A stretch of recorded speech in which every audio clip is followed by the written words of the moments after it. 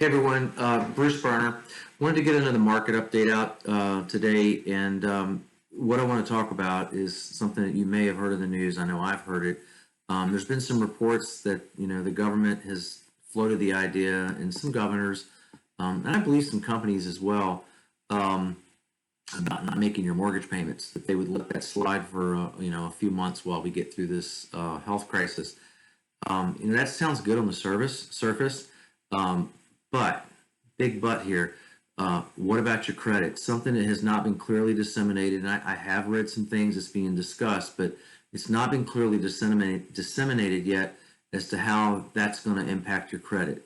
Typically if you're 30 days late, 60 days late, 90 days late, on a mortgage payment or a credit card or a car loan, that's going to ding your credit. And the mortgage is like the worst. It's going to really put a huge damper on your credit scores. It'll drop them. So my advice here is, if you've got the money to pay your mortgage payment, by all means, you have to make that payment.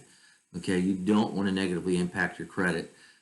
If you have been impacted by this health crisis and money's tight and you're struggling to make that payment, do call your servicer, talk to them, find out what they can do for you, find out what the impact's going to be. But if there's any way possible, you need to make that mortgage payment. Okay. The other piece of this that I want to address, sometimes the government does things with good intentions, but there's unintended consequences. So let's say you don't make your mortgage payment. That servicer that's collecting the payments on that, they still have to pay the investor on that mortgage-backed security. Okay.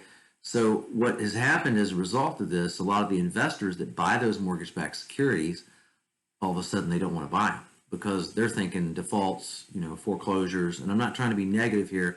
I'm just trying to explain to you what, the impact of this. So the investors don't want to buy those securities. And in fact, the Ginnie Mae pool of loans, which consists of USDA, FHA, and VA, this is a big deal to me, and a lot of my colleagues do VA loans. VA loans perform very well. Statistically, they actually perform better than conventional loans, but they're lumped into that Ginnie Mae pool.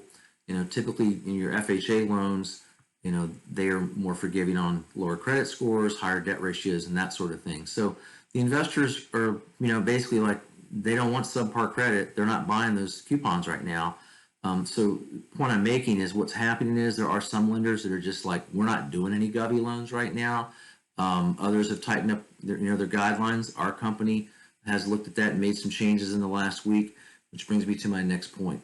If you're a prospective client, whether you're refinancing, purchasing, or if you're a realtor that has pre-approvals out there with your clients, you need to go back to that lender that's pre-approved them and find out if that pre-approval is still good. Okay.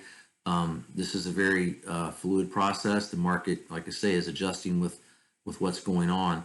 Hopefully this is all going to be short-lived. Hopefully it'll be weeks or months and this will get resolved.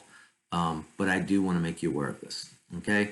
And then lastly, I don't want to offend anybody, but you know what? If you're a praying person, I think right now is a really good time that for the folks that that do that, to pray for our country, pray for our leaders, and I mean president, vice president. This is not about politics. Pray for your governors. They've got a lot of decisions that they're facing right now, and a lot of pressure that they're carrying on their shoulders. So let's be thinking about them and get through this. Okay. Hope you're doing well. Take care. If you got any questions, if anything I can help with, my office number is 540-662-1010. Take care. Have a great day.